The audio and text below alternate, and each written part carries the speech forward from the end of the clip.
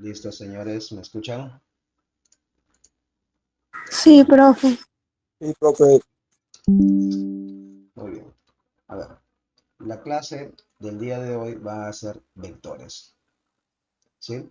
Un vector habíamos dicho que se representa por una línea que tiene una flechita que se llama rayo. Es una porción de recta que tiene un origen, pero no se sabe dónde termina. Nosotros debemos saber que un vector, ¿sí? Un vector siempre se representa con una letra mayúscula, ojo, mayúscula, y un sombrerito, ¿sí? Una barrita encima que significa vector. Esta cosita de acá se le llama vector. Muy bien. Ese vector, ojo, tiene ciertas componentes. Por ejemplo, tenemos una medida, ¿sí? De acá para acá, ¿cierto? Entonces, a esa medida se le va a llamar de esta forma. Vamos a ponerlo por acá, ¿sí? Se le va a llamar el mismo vector, pero con dos barritas, ¿sí? Esa medida o dimensión también se le llama módulo, es decir, es el valor de ese vector. Hasta ahí, ¿todos ok? Sí, Sí, sí, sí, sí. Muy bien. Este vector también posee un ángulo de inclinación. Ese ángulo de inclinación también se le llama, Origen. no, dirección. ¿Sí? Hay que tener Origen no cuidado es. ahí. La dirección también está dada por el vector, ¿sí? Ahora vamos a ver, por acá están ingresando. Un momentito, un momentito. Listo. Muy bien, seguimos. Entonces, ese vector tiene una dirección, pero también, mira, ojo, si nosotros proyectamos una línea, ¿sí? A esa línea se le llama línea de acción, valga la redundancia, ¿sí? Línea de acción. Perfecto. Entonces, fíjate bien, ¿qué pasaría si yo en una línea de acción yo coloco dos vectores? Es decir, mira, un vector hacia arriba y un vector hacia acá, ¿sí? Ambos. Y vamos a ver que se traten del mismo vector, supongamos. Primero se estaba yendo hacia arriba y luego en este de acá. Entonces, te das cuenta que ambos casos pertenecen a una misma línea de acción, ¿sí o no? Pero ojo, la flechita nos indica una cosa que se está yendo hacia arriba y la otra que se está yendo hacia abajo. Entonces, el hecho de que las flechitas cambien, ¿sí? Significa que la flechita, también llamada saeta, también llamada sajita, ¿sí? ¿Qué me indica o qué me determina? Me determina el sentido del vector. Es decir, un vector puede estar yéndose a la derecha, puede estar yéndose a la izquierda, puede irse hacia arriba, hacia abajo. Hasta ahí. ¿Todo claro?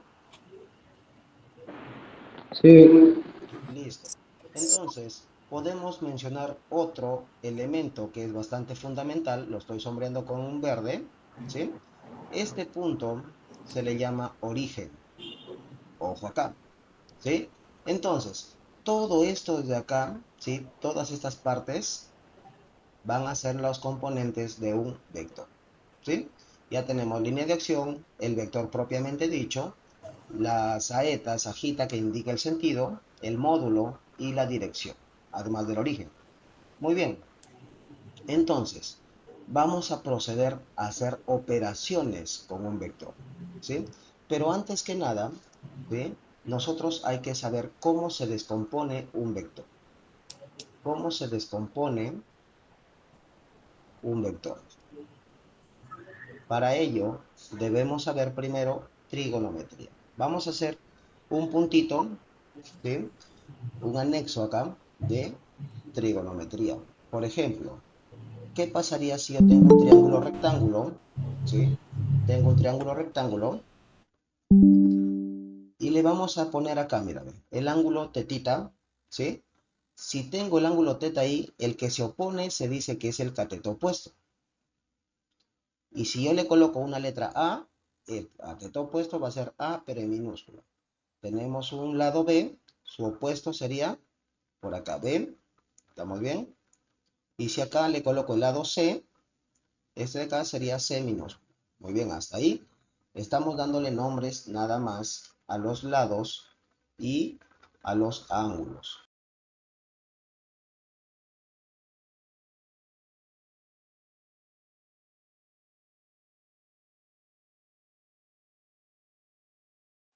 Profe, no se escucha.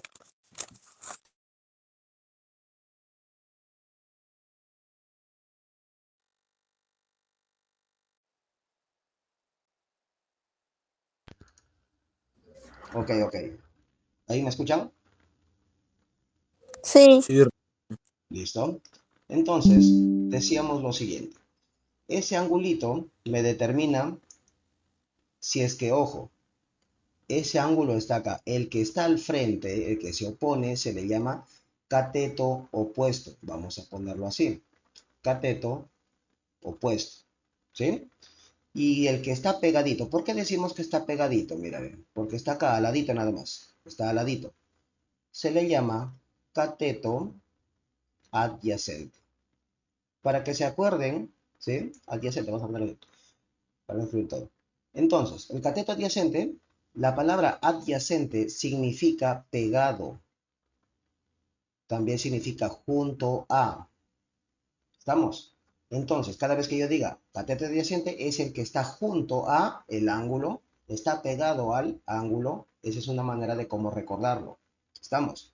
Entonces, fíjate bien, voy a hacer otro triangulito en el cual ya lo tenga puro dato. Es decir, tengo el ángulo, tengo el vértice A, el vértice B, el vértice C.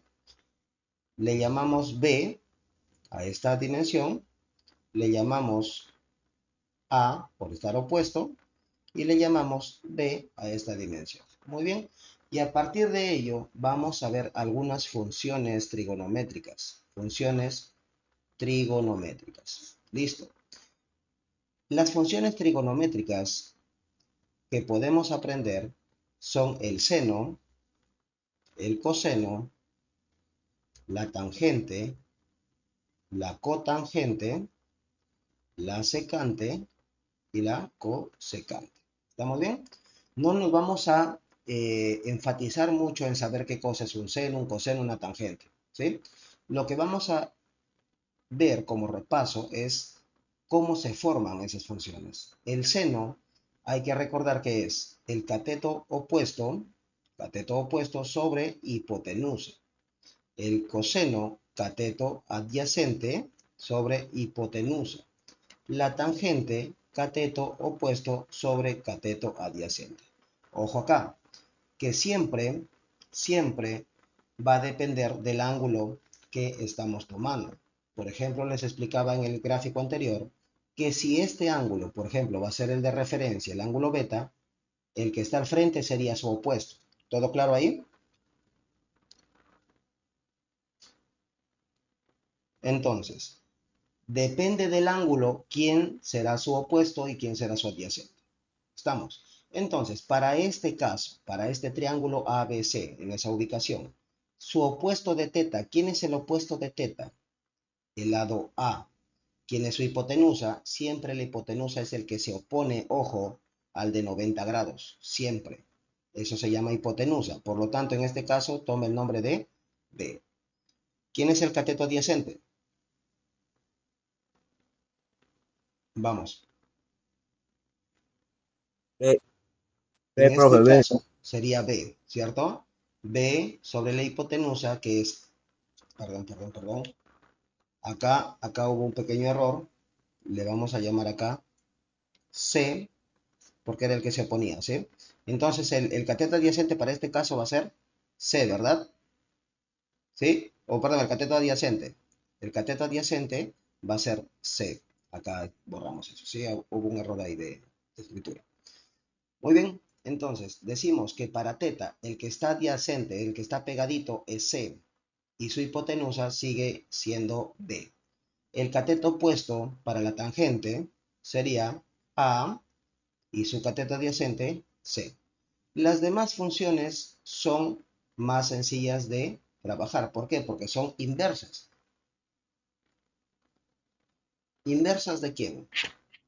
Si decimos cotangente, sería la inversa de la tangente, secante la inversa del coseno y cosecante la inversa del seno. Muy bien, entonces podemos reescribir.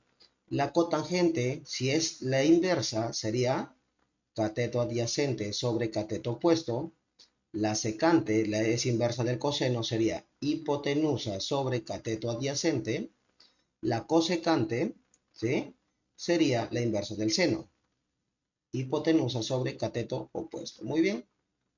Y acá lo invierto. Inversa de la tangente sería, si la tangente era A sobre C, la cotangente será C sobre A. De la secante, la inversa del coseno, C sobre B, su inversa, sería B sobre C.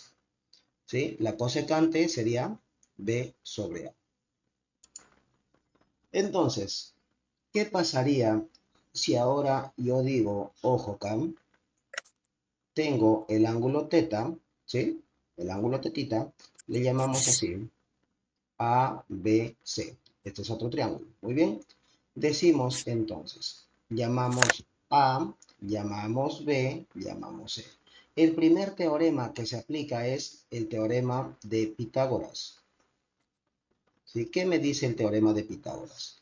El teorema de Pitágoras me dice que la hipotenusa al cuadrado es igual a la suma de los cuadrados de sus catetos, es decir, cateto opuesto al cuadrado y cateto adyacente al cuadrado. ¿Estamos bien ahí? ¿Listo? ¿Listo? Entonces decimos, para este caso, la hipotenusa es C.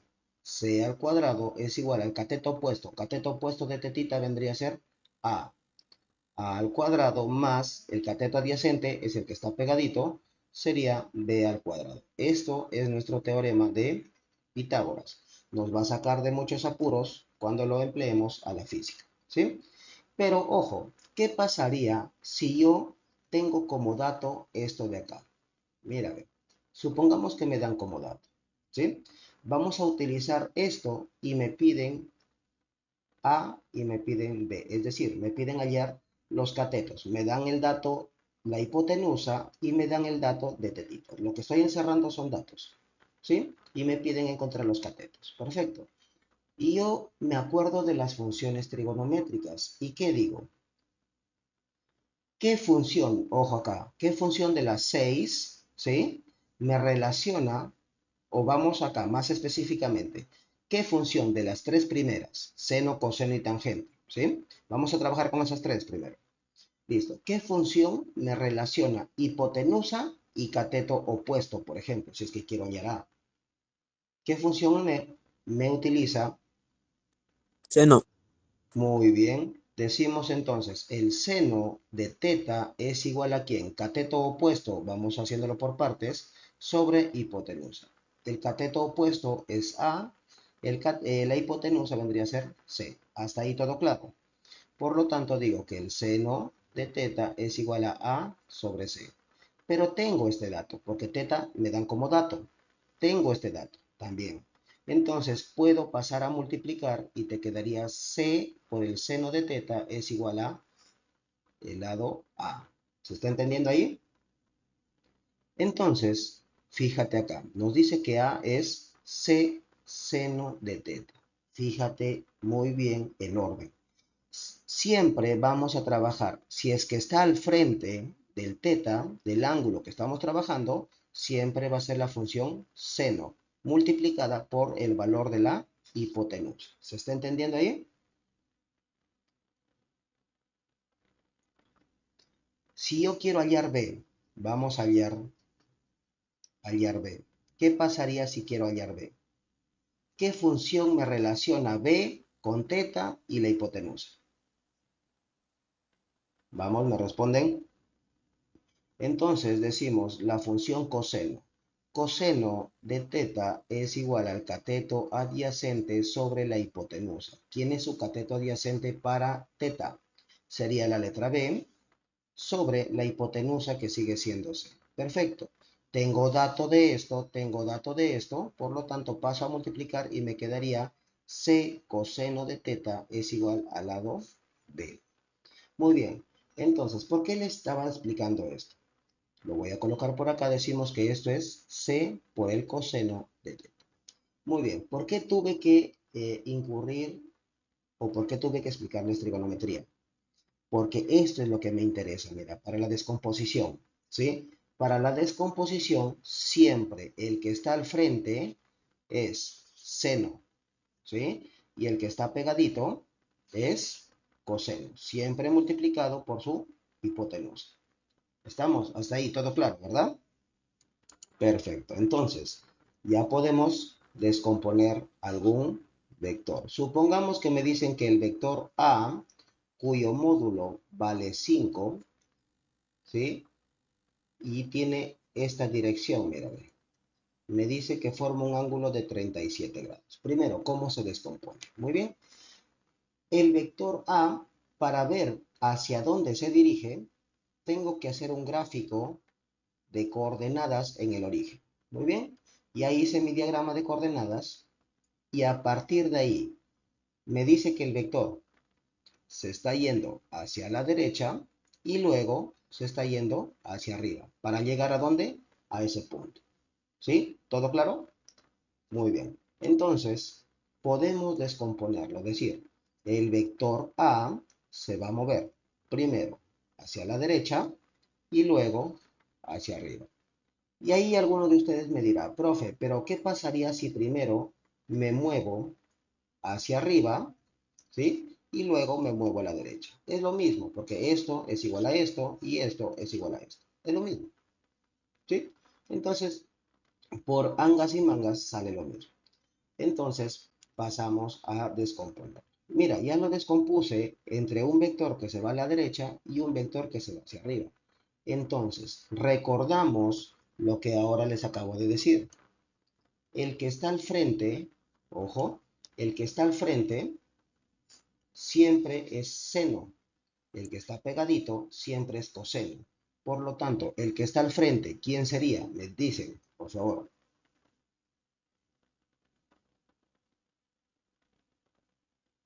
Eso sería el cateto opuesto, ¿cierto? Y la teoría me dice que el cateto opuesto siempre es igual a la hipotenusa multiplicada por el seno. Entonces decimos, ¿quién es la hipotenusa? 5.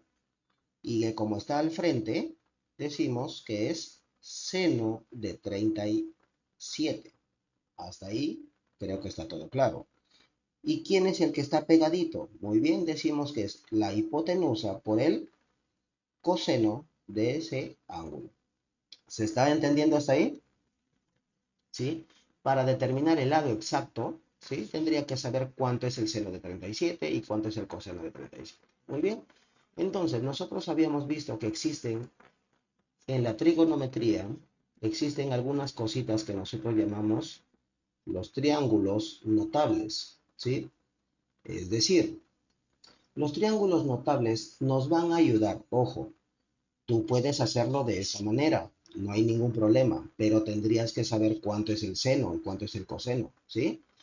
Muchas veces, para evitar todo este trabajo, vamos a hacer uso de triángulos notables. ¿Por qué? Porque estos triángulos no cambian sus medidas, siempre van a ser así. Entonces, por ejemplo, si me dicen el triángulo de 37 y de 53. Por teoría me indican lo siguiente, que al de 53 se opone 4K, al de 37 se le opone 3K y su hipotenusa vale 5K. En un triángulo, los más conocidos solamente los mencionaremos, ¿sí? De 45 y 45 me dice que vale 1K, 1K y raíz de 2K. Para un triángulo de 30 y 60, ¿sí? Ya sabemos que ambos deben sumar 90, siempre. 45 más 45 me da 90, 30 más 60 me da 90, 37 y 53 me da 90, ¿sí? Entonces, al de 30 siempre se le opone 1K, al de 60 raíz de 3K y 2K. Muy bien. Existen otros triángulos más especializados, por ejemplo, el de 16 y el de 74, ¿sí? Donde se opone, ¿qué cosa? 7K, 24K y la hipotenusa, ¿vale? 25K. Muy bien. Ahora ustedes me dirán, profe, pero ¿esto cómo se utiliza? Muy bien. Vamos a hacer el mismo ejercicio, pero ahora haciendo uso de triángulos notables, ¿sí? Entonces decimos, tengo el vector A, que vale 5 unidades. Quiero saber cómo lo voy a descomponer. Muy bien. Entonces, mira, fíjate bien. Me dice que el ángulo es 37. Esos son datos. Si son 37 grados, ¿en qué caso estoy trabajando? ¿Caso 1, 2, 3 o 4?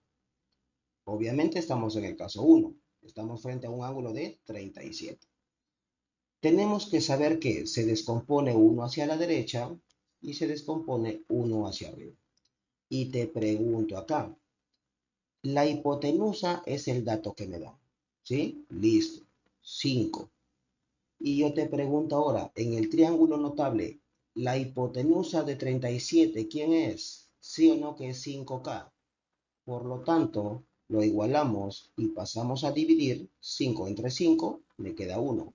Para este caso, el valor de K vale 1. Y podemos determinar cuánto vale esto y cuánto vale esto. ¿Por qué? Porque el de 37, seguimos en triángulos notables, 37, ¿quién se opone? 3K. Entonces, 3K es este valor de acá, ¿sí? Es el que se opone a 37. Pero K vale 1, por lo tanto diríamos 3 por 1, 3.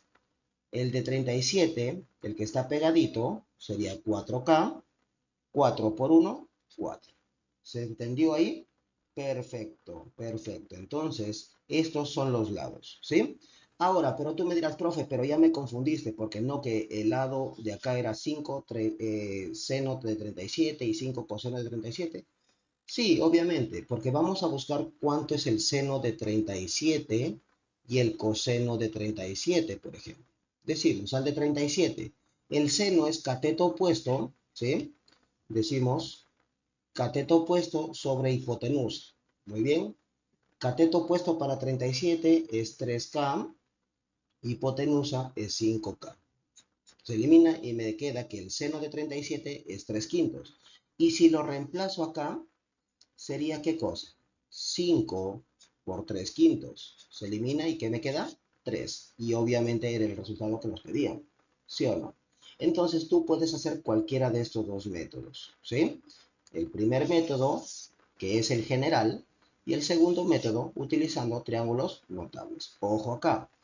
¿Qué pasaría si ahora el ángulo, ojo, qué pasaría si ahora el ángulo, por ejemplo, me dicen que es de 25 grados?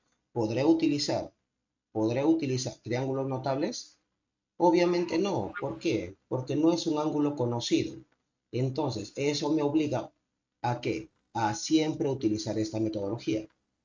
Eso es obligatorio.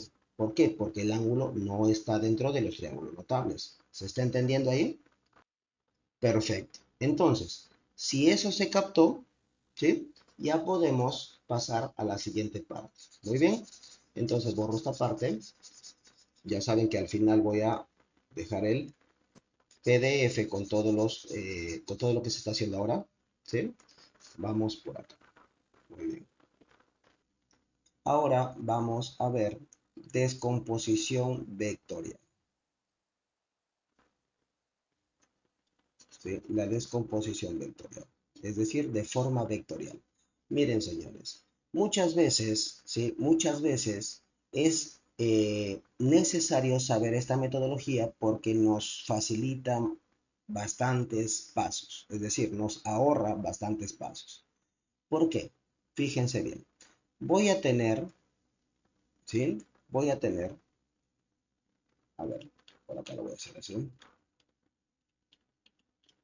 Voy a tener, por ejemplo, me dicen el vector A, ¿sí? Vamos a ponerlo así, que vale 15 y forma un ángulo de 37, ¿sí? Y luego, por acá, vamos a ponerlo independientemente. Tenemos por acá un vector B, que vale, por ejemplo, no sé, 20, y este ángulo es de 53. Ojo acá.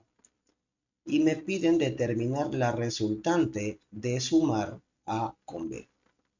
¿Estamos? Entonces, para ello hay muchas maneras, o hay dos métodos más específicamente, método del polígono y método del paralelogramo, ¿sí? Pero existe otro método, que es el método de la descomposición vectorial.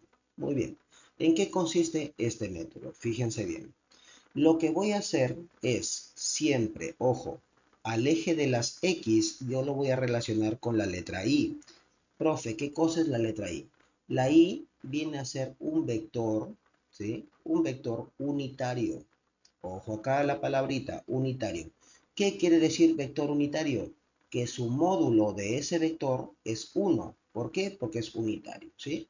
Pero no vamos a profundizar mucho en esto para no confundirles. Simplemente vamos a utilizar esas letras. A la al eje Y se le va a relacionar con el vector J, ¿sí? Y si hubiera tres dimensiones, que es el eje de la Z, se relaciona con la letra K.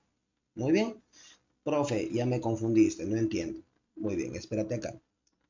Acá es donde quiero que tú representes tu descomposición. Habíamos quedado que, ojo, esta descomposición era 15 por el coseno de 37, ¿cierto?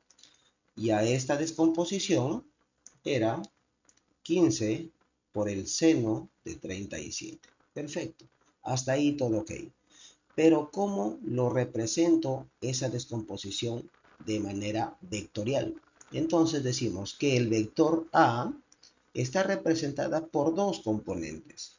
Una componente X y una componente Y. ¿Quién es esa componente X? Lo que acabo de encontrar. 15 coseno de 37. Y la componente Y, que es 15 seno de 37. Hasta ahí.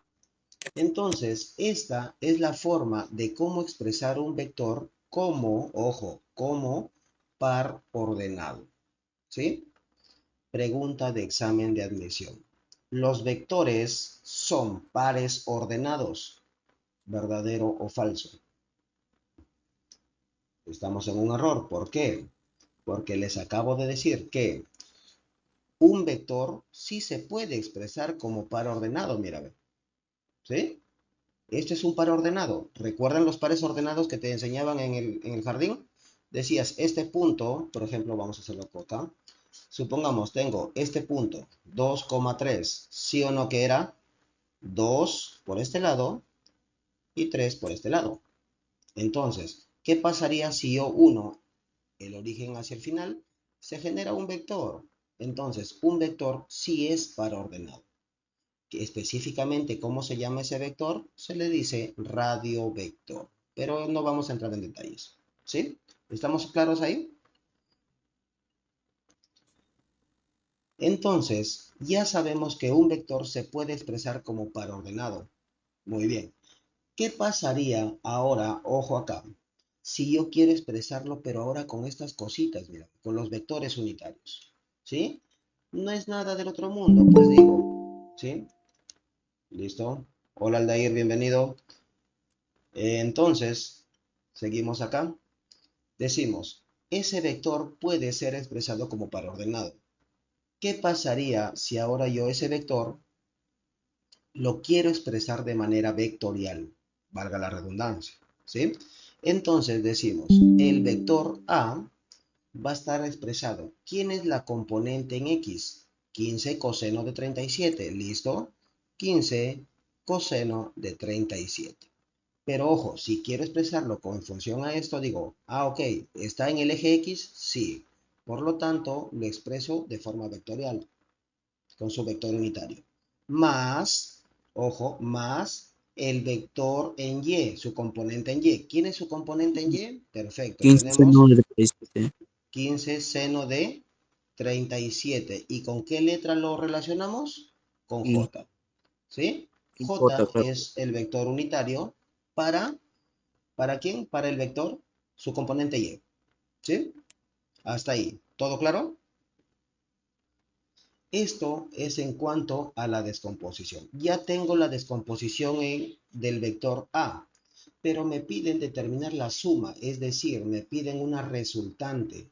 Ok, para ello descompongo también el vector b. Perfecto, descompongo uno hacia allá, lo vamos haciendo rápido, y uno hacia arriba. El que está al frente es el seno, por lo tanto decimos 20 seno de 53. El que está abajo, 20 coseno de 53. Eso ya debería estar claro. ¿Por qué? Por lo anteriormente mencionado. Muy bien, entonces podemos decir que para el vector b, su composición vectorial es 20 coseno de 53 y, porque está en el eje X, más, no se olviden el sombrerito, 20 seno de 53 J. Esto es la otra manera de cómo se puede expresar. ¿Sí? Muy bien. Pero, ojo, nos estamos complicando la vida acá. Deberíamos reemplazarlo. ¿Por qué? Nosotros habíamos dicho, ¿sí?, que seno de 37 era 3 quintos y coseno de 37 es, vamos por acá, coseno cateto adyacente sobre hipotenusa. 4K sobre 5K. ¿Sí? Estamos repasando la trigonometría. Eliminamos que me queda que el coseno de 37 es 4 quintos. A tener en cuenta estos datos, ¿sí? Decimos entonces, reemplazo. Coseno de 37, 4 quintos. Muy bien. Esto lo reemplazo con 4 quintos. Seno con 3 quintos. ¿Sí? Coseno de 53, vamos por acá nuevamente. 53 está acá ahora. Coseno cateto adyacente 3, hipotenusa 5, 3 quintos. ¿Listo? Tenemos por acá coseno de 53, 3 quintos. Seno de 53 te va a quedar 4 quintos. Lo compruebas acá. Dice seno de 53, cateto opuesto, ¿quién? 4. Hipotenusa sigue siendo 5, 4 quintos. ¿Quedó claro hasta ahí? ¿Sí? Por triángulo notable, esto es 3K, 4K y esto es 5K, ¿cierto? Listo. Decimos seno de 37. ¿A qué es igual? Cateto opuesto sobre hipotenusa. Listo. ¿Qué me queda? 3K sobre 5K. Esto se elimina y me queda 3 quintos. Muy bien. El coseno de 37, cateto adyacente, fórmula, cateto adyacente sobre hipotenusa. Cateto adyacente es el que está pegadito, sería 4K sobre 5K. Hasta ahí, ¿todo claro? Listo, te quedaría entonces 4 quintos. Muy bien, ojo. Y nos dicen también el de 53. Ok, de 53 vamos a calcular. Muy bien. Yo te pregunto, ahora, para el de 53, ¿quién es el opuesto? 4. ¿Quién es su hipotenusa? 5. ¿Todo claro ahí? Supongo que sí. Entonces 4 quintos. decimos, el seno de 53 es cateto opuesto, que es 4, y la hipotenusa, que es 5, sería 4K sobre 5K. Se elimina y te quedaría 4 quintos. ¿Sí? Listo. El coseno para el 53, ojo ahí. Coseno, cateto adyacente, tenemos el 53, el que está pegadito es el adyacente, sería 3K, ¿cierto? Sería entonces 3K sobre la hipotenusa, que vale 5K. Y nos quedaría 3 quintos. ¿Y te diste cuenta de algo o no? Que el seno de 37 es igual al coseno de 53. Eso se cumple cuando los ángulos suman 90 o se llaman complementarios. ¿Estamos? ¿Sí? Entonces, reemplazamos esos datos en mi análisis vectorial. ¿Cómo así? Decimos, el vector A era 15 multiplicado por ¿quién? Coseno de 37. Buscamos coseno de 37, 4 quintos. Simplificamos, me queda 3. 3 por 4, te queda 12. ¿Se entendió ahí? Entonces me quedaría 12. ¿Se está entendiendo, Jean-Pierre? ¿Listo? Y ojo, 12 ¿qué? Y más 15, lo hacemos aparte, 15 multiplicado por el seno de 37. Seno de 37 es 3 quintos, muy bien. Sería 3 quintos, simplificamos, te queda 5 por 3. Perdón, acá es quinta 3. 3 por 3 te queda 9. Y me quedaría 9J. Ya tenemos el A. Lo mismo para el B. Decimos 20 Coseno de 53, 3 quintos. Muy bien. 3 quintos, simplificamos, te quedaría 12. ¿Listo? A ver, me corrigen si es que tal vez me equivoco acá en multiplicar, ¿ah? Coseno de 53, perdón, 3 quintos, ¿no? 4 por 3, 12. Listo. 12 en I. ¿Listo? 20 por seno de 53, 4 quintos. Muy bien, por 4 quintos te quedaría, papá, 4. 4 por 4 te queda 16. Por lo tanto, te quedaría 16J. ¿Se está entendiendo hasta ahí? Seguimos. ¿Qué es lo que hago ahí cuando quiero encontrar la resultante? Ojo, la resultante me piden que haga esto, mira, ¿ve? A más B. Ok, digo 12 más 12, 24. 9 más 16, ¿qué me queda? 25J. ¿Se entendió ahí? Entonces, lo que en pocas palabras me está diciendo es que yo, ¿sí? Siempre voy a sumar X con X y Y con Y. Muy bien. Entonces, lo que vamos a hacer es lo siguiente y decimos, el vector, ojo, el vector suma, ¿sí? El vector resultante se está expresando como me está diciendo acá. ¿Qué cosa? 24i, es decir, que en el eje X se mueve 24 unidades, en el eje Y se mueve 25. Muy bien. Y sí o no que el vector resultante es esto, mira. ¿Sí o no? Esto es la resultante. Muy bien. ¿Y recuerdan cómo se puede calcular esto sabiendo esto y esto? ¿No es acaso Pitágoras? Y aplicamos Pitágoras. R al cuadrado, perdón acá, R al cuadrado vendría a ser ¿quién? 24 al cuadrado más 25 al cuadrado. Muy bien. Y esto, uy,